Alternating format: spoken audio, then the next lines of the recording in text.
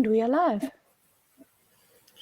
Okay, welcome everyone. Hope you all had a good lunch break. Sorry for the delay. It's all lovely to have all of you joining us today.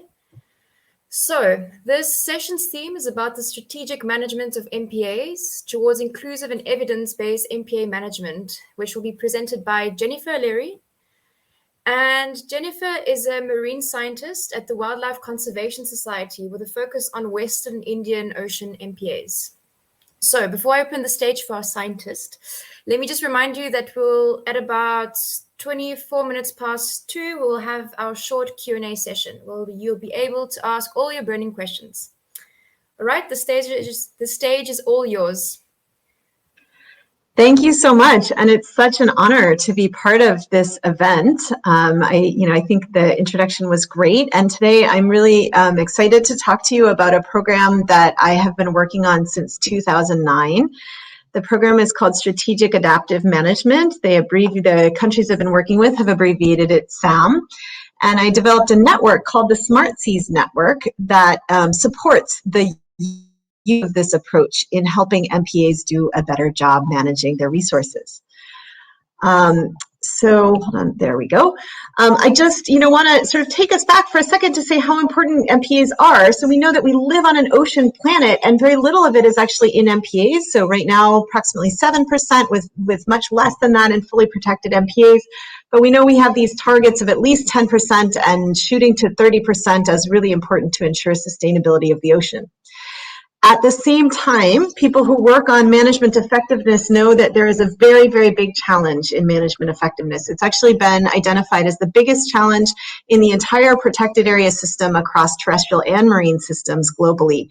And just to give you an example of this, there was a study, about 10 years ago done in Australia, and they looked at 1,000 protected areas in the country, and they found that 90% of them were doing effectiveness assessments without data. So that's equivalent to just kind of patting yourself on the back and saying you're doing a good job without really checking in to say, is the work that we're doing really improving these marine ecosystems? And so that makes a lot of people really worried when we're setting up these marine protected areas. Are we doing enough to ensure that they bring back the promised ecological and social benefits to people who rely on these ecosystems? So, you have to think about what is management effectiveness? And it really has been defined. There's a great IUCN guidebook, How is Your MPA Doing? And management effectiveness has been defined as how well your MPA meets its objectives. And so you have to have a process of developing objectives, assessing your status, and figuring out, what's needed for the objectives to be met. And it's really moving from being reactive to being proactive. And in the same guidebook, there's a really comprehensive table of how MPAs can do this. But this table is incredibly complex, and so it's asking MPA managers to be able to identify objectives, identify indicators, prioritize them, determine ecological relationships, which often requires modeling, assess needs, develop an evaluation plan, collect data, analyze data, do peer review, share results, adapt strategies, and do this all while maintaining MPA performance. And so when I worked with managers to sort of introduce this management framework to them, it's like their eyes were glazing over and they felt like this was too much and it felt really hard for them to do it. But at the same time, we have to work towards management effectiveness. And so this kind of leads to this big gap that exists often between science and management. And we know that published science doesn't often lead to management action. And it's not that the information doesn't exist. There's lots and lots of data out there. But on the behalf of managers, often there's lack of access. So they don't have access to the scientific literatures or the databases, or they have low capacity to understand literature, or even low capacity in terms of time. So they don't have the luxury of reading through 10 scientific papers to get a piece of information that they need for management. On the same time, from scientists, there's a mismatch between research and management needs. So a lot of the science really isn't directed at exactly what the managers need, or the data is really reported in formats that are hard for managers to use, like scientific publications. But the interesting thing is that even when research and data is provided directly to managers, often there's still a failure to uptake that information and apply it to management changes and management action. And so in the MPAs that I've been working with over the past 12 years, what I've seen is that there's really, in most cases, not an appropriate framework to incorporate data into decision making. And so back in 2009, I decided to start working with marine protected areas in the Western Indian Ocean to address these challenges.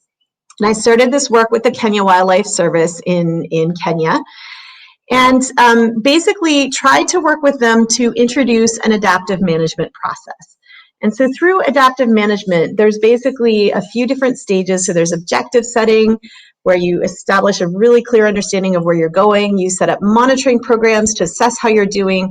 You plan your management actions based on your objectives. And as you assess the results of those actions, there's a really important learning component that allows you to then adapt. And this process is really intended to be a proactive process of addressing challenges. When I present this picture, I've worked across dozens of MPAs, and when I present this picture and ask them, how's it going in your MPA? Are you the streamlined, easy cruiser? Are you the more chaotic, van situation on the left? And they all point to the left, saying that they're in the chaotic situation. So we've got to sort of develop approaches that'll help them get to a place where they feel more confident with the decisions they're making. And so we took that rather complex structure and tried to break it down, and we did this work jointly with scientists and the managers working side by side, and said, how can we break this down into steps that people can bite off? And the core of it is that you have to develop your very clear management objectives. There's been a lot of work around that, and I'm going to talk in a minute about what makes objectives strong objectives. But once you have your objectives, you basically have to go and do some monitoring. You can either go in the field and do monitoring, or you can gather existing information, and you're asking yourself a basic question: are we meeting the target? If the answer is yes, then you probably want to go back and modify your objective because your target was too easy. But if the answer is no, then it's time to plan a management action that you think is going to move you towards the target. That management action is really a hypothesis. It may or may not work. And this is where a lot of management stops functioning, because people will take management actions, but they don't take the critical next step, which is to go back and assess, did that action actually move you forward? Because if it did not, then you have to go back and try something else, because you may have taken the wrong action. So for example, you might have thought that you had a lot of breakage of corals in your MPAs because there was anchor damage. And so you go in and you put in all these mooring buoys and say, okay, well now the boats are going to attach to the mooring buoys and they're not going to anchor in the MPA, and so we're not going to break the corals. But it turns out that you misdiagnosed the problem, and actually it was tourists with flippers that were breaking your corals. And so it's really important when you do your actions to then go back and assess, is it really working? When you get to a point where you feel like, yep, we're getting to our target, then you go and you modify your objective and you make it harder, or you choose new priorities. And so we introduced this process to the Kenya Wildlife Service. And one thing that was really, really important in working with them was to really think through what makes a strong objective. So the objective is really how you're going to get to your higher level goals and measure your progress. And there's this concept that's incredibly important, this called SMART. And this is why we're calling this the Smart Seas Network, that the objectives need to be specific, measurable, ambitious, realistic, and time-bound. And so an example is that your MPA might have a goal of having healthy coral reefs, but we want to make that really specific. So it's not enough to just say you want coral reefs. We need to know how you're going to measure that. So for example, you might say that you wanted to increase the number of people using drag nets from 50 people in a gear restricted area to 10 people by 2022. And so you've now identified exactly what's going to change. You've identified your starting point, you've identified your ending point, and you've identified a deadline.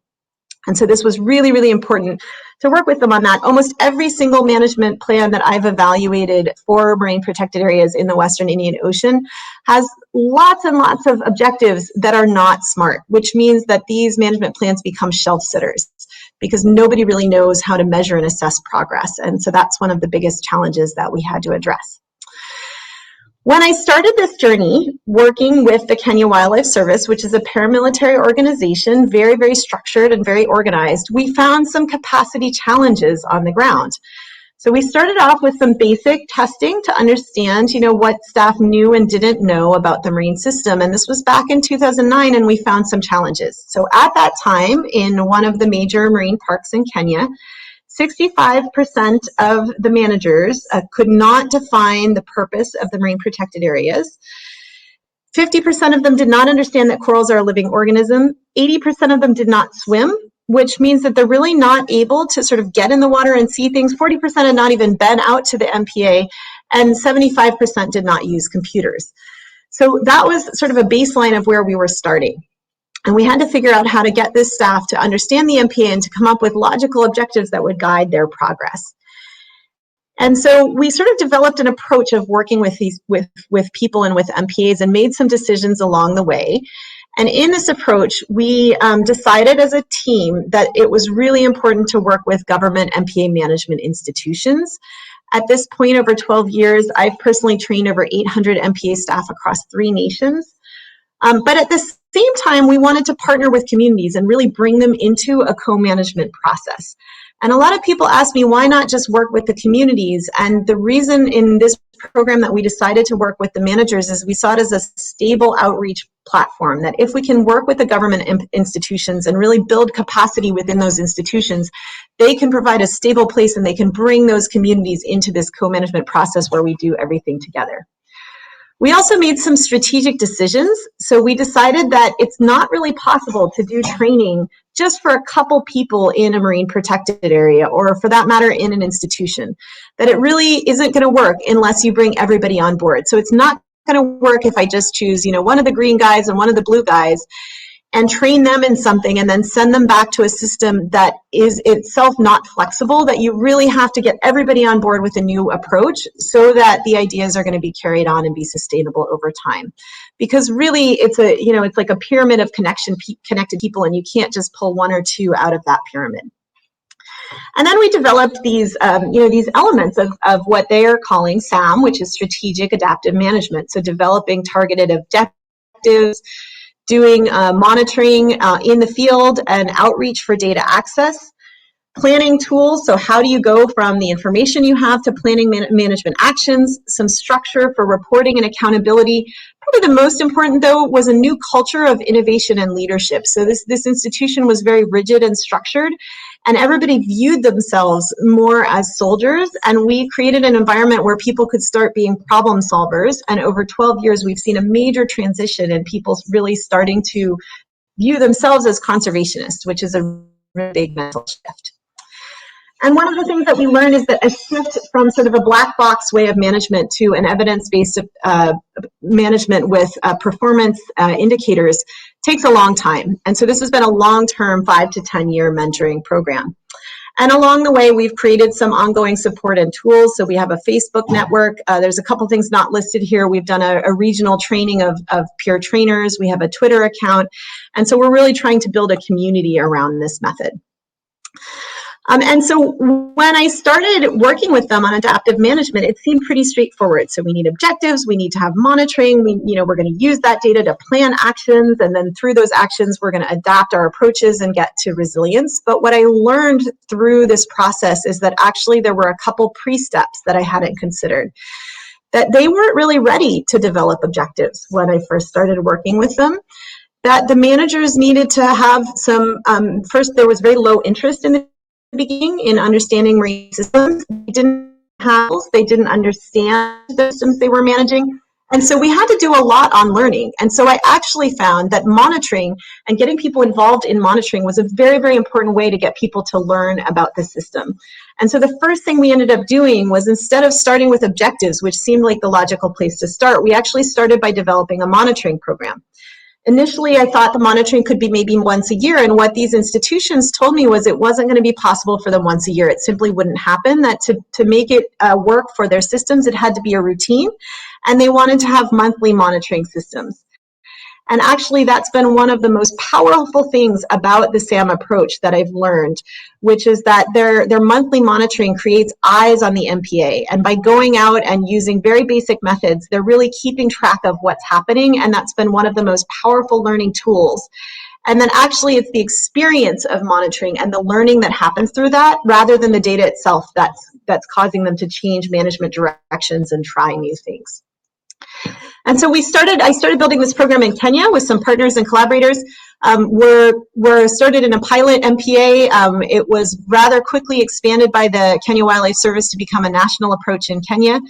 Tanzania, a couple years later, asked if we would come and do a pilot in Tanzania, and then requested that we expand this to a national approach. And then Seychelles later asked if we could move the approach into the Seychelles. And by working in these three very different contexts, there's been a number of successes and a lot of lessons learned. So just some of the successes that have happened. So for example, having this monthly monitoring program has allowed people to be really aware of what's happening on the ground. So the first observations of bleaching every year, but also finding some documentation of resilience.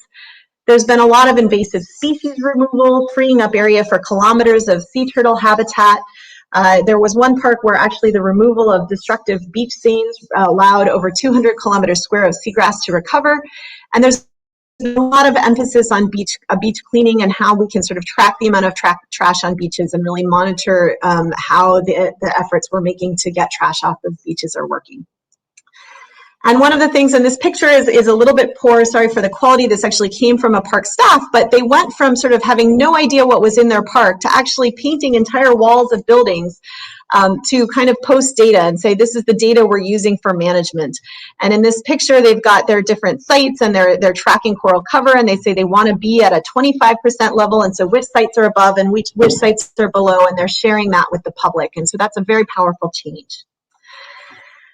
So generally, over about 10 years of using this approach with MPAs, there's been some successes. So dramatically improved understanding and knowledge of MPA systems and new skills. So we went from having 80 to 90% of the staff not being able to swim to right now having 95% of the staff swimming and in the water. I think I explained that the monitoring has become this eyes on the MPAs and that they have these new mental models, seeing themselves more as conservationists and problem solvers. And there's been these improved conservation outcomes, but there are some persistent challenges. And so the challenges include institutional things, issues with staff transfer and turnover. So you'll train a staff for a number of years and they get transferred to another part of the institution where they're no longer in marine areas. Lack of finances has been a constant challenge, and especially with COVID, MPA finances becoming a really big issue. And interestingly enough, the program has been really strong at the ground level. The rangers on the ground love this program and love this approach, but at the higher administrative levels, it's still been challenging. And I found that even though we've done 10 years of training, in a lot of cases, staff skills are still weak, in part because of this turnover. And they're not completely following through with the adaptive cycle. So they go out and they do the monitoring and they'll use that to take new management actions, but they're still a little bit weak on following up on whether those actions really worked and how they can improve their action.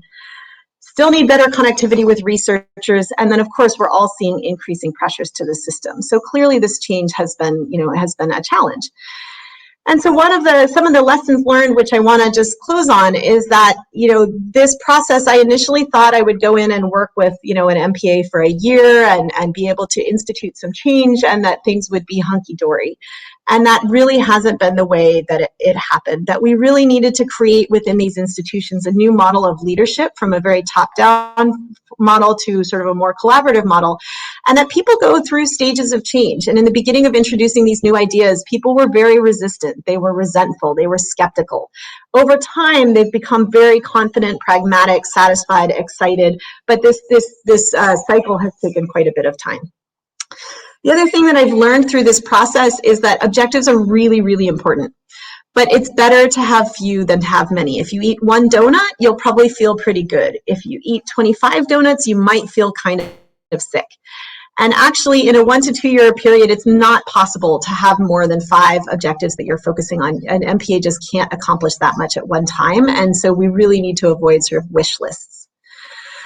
And then there were some lessons learned across institutions on what builds and sustains commitment. So in Kenya, they have very large MPA staffs, up to 40 people.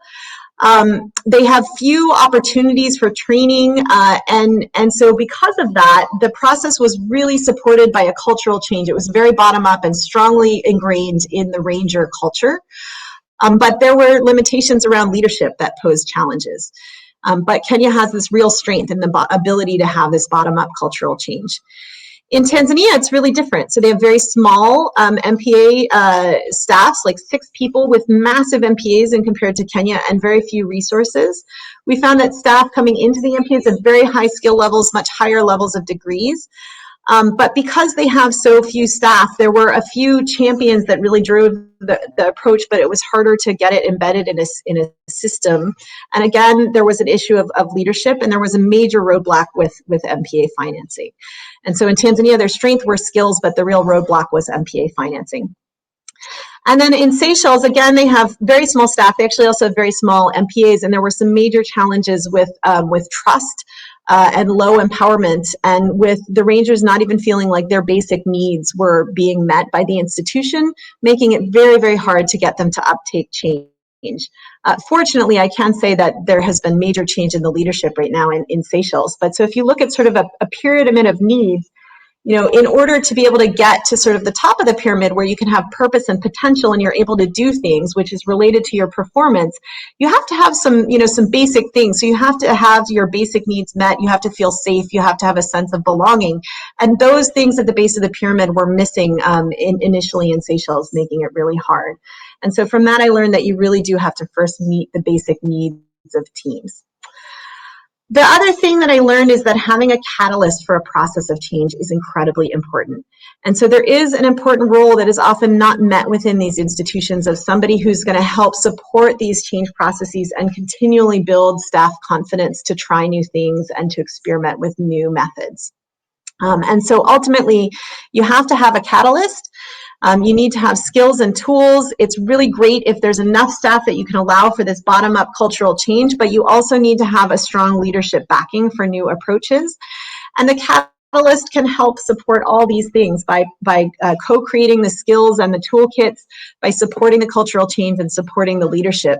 But there's also some basic things that have to be present before you're going to be successful in improving MPAs. And this includes making sure that staff have their basic needs met and that there are enough finances for operation. And so with that, I would just like to thank the very, very many institutions and donors who have supported this process over time, and in particular, the MPA leaders and the rangers who have really been co-developing this approach and been thought leaders in this throughout. So thank you so much. Thank you for that, Jennifer. That was really interesting and quite thought-provoking. And I particularly liked how we have to be proactive and reactive for the effective management of our MPAs using your SMART acronym. And most importantly, how we can partner with communities on a co-management basis to better protect our marine protected areas. So that was really, really interesting.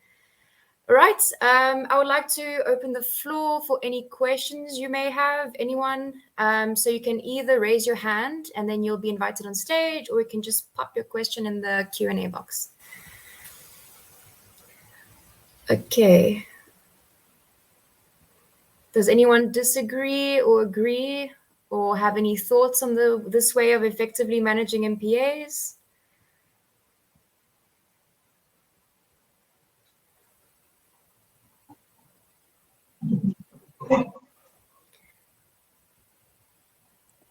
Njabula has their hand raised, so I'm going to invite them up onto stage to ask their question.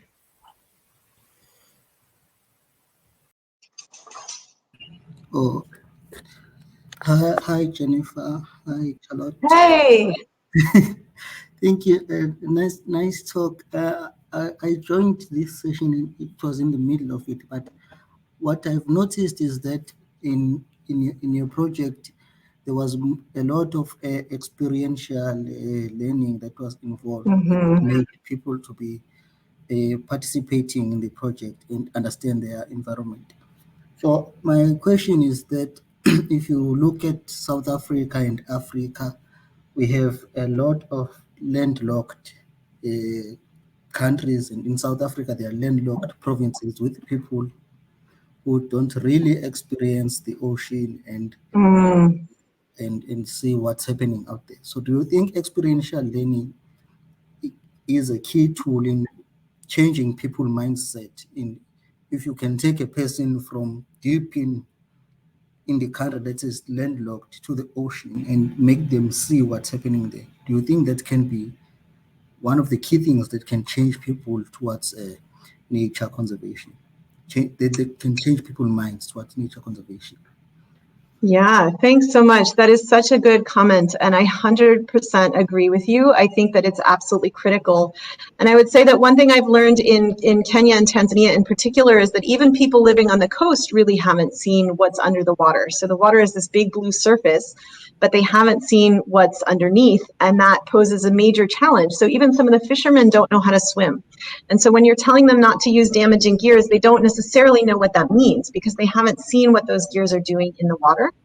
And so I think that this experiential learning is hugely important. And we've actually been leading through Wildlife Conservation Society, we've been leading a lot of exercises with fishers recently to get them in the water and to help them understand through side-by-side monitoring, what's actually going on when these gears are in the water.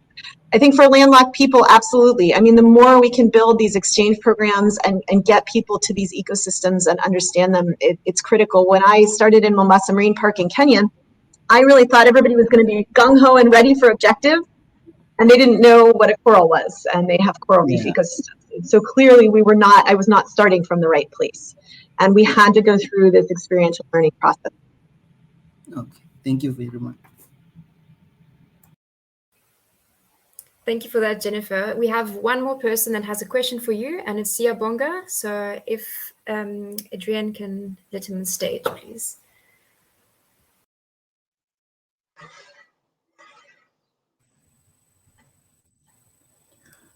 Hi. Hi, Siyabonga. So great to meet you. Okay. Can you hear? All right. I like it. Actually, it's a comment. I like what you talk about on the lessons for management, of which I think is like graduate. It's affecting us a lot because we're coming with this mindset now of thinking when we've been like doing research. So we're always looking for alternatives. Okay, how can we improve something? But just because of the management, it's quite harsh, like to explore that. So I think, yeah, or a lot of work has to be done in terms of like the catalyst. Okay, just do it and see what we can get out of this, of course, because we come with ideas and then we support it because like we're now addicted into what's happening around the world. So it's like reading a newspaper. So you are addicted with this information and you want to see, can this work? And then you compare things. Is it working? Then yeah. So but just because of the management, a person will just say, I've been here for 20 years, so it's so I do think it's an important point, that point of catalyst, or like to get something out of graduate, because maybe you're an intern, but you get paid, but you don't, you're like you're dying. You're dying because you don't feel like you are adding value. You don't feel like you are adding value. So I think the catalyst, like managers, they really need to invest in it. Even like in government, I don't know when it comes to the private how they are dealing with that, but I think the catalyst, like to get something out of the graduate, because yes, we've been we're studying, but that we have studied, but there are no changes because we are not saying anything. We just come in and then we are not adding value. Because even if we try, then, so I think the catalyst point, I embrace it. Yeah, and I think if I can, I just maybe say that I have hope that things can change. So in Kenya, working with the Kenya Wildlife Service, it's a military institution, and changing a military is not particularly easy. And, being a military institution, they were very, very structured, and it was very top down, and it was the boss telling people what to do. But we were able to introduce a culture where they, and this is because the institution allowed it. So there has to be a little window where you can get in there, but where they were willing to experiment with giving everybody a voice. And they're now in a place where it doesn't matter what your rank is, where there are forums where people can provide ideas. So even if you're the office sweeper, but you work in a park and you've seen something and you have an idea, that person is now empowered to bring their idea forward. And what we've seen because of that cultural change is that actually more and more people are getting promoted because they're able, as you said, to use their skills and show their creativity. And so we found that people are excelling in that system. And so, if there's any opportunities in South Africa to work towards that, I think you'll find it very powerful. And I can say that if it can happen in a military institution, it is possible. All right, okay. I'll try and suggest it. Thank you. Yeah, thanks. Okay.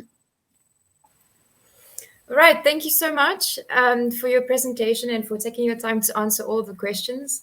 So to everyone who has further questions to ask Jennifer, they will be answered in the next discussion session that we'll have at, I think, 3:05, if I'm not mistaken. So yes, please hold on to your questions and then you can just shoot and ask them at that time. I think now we can move to our next speaker. And thank you very much, Jennifer. I'll see you later in the discussion session. Thank you. Thanks. Sounds great.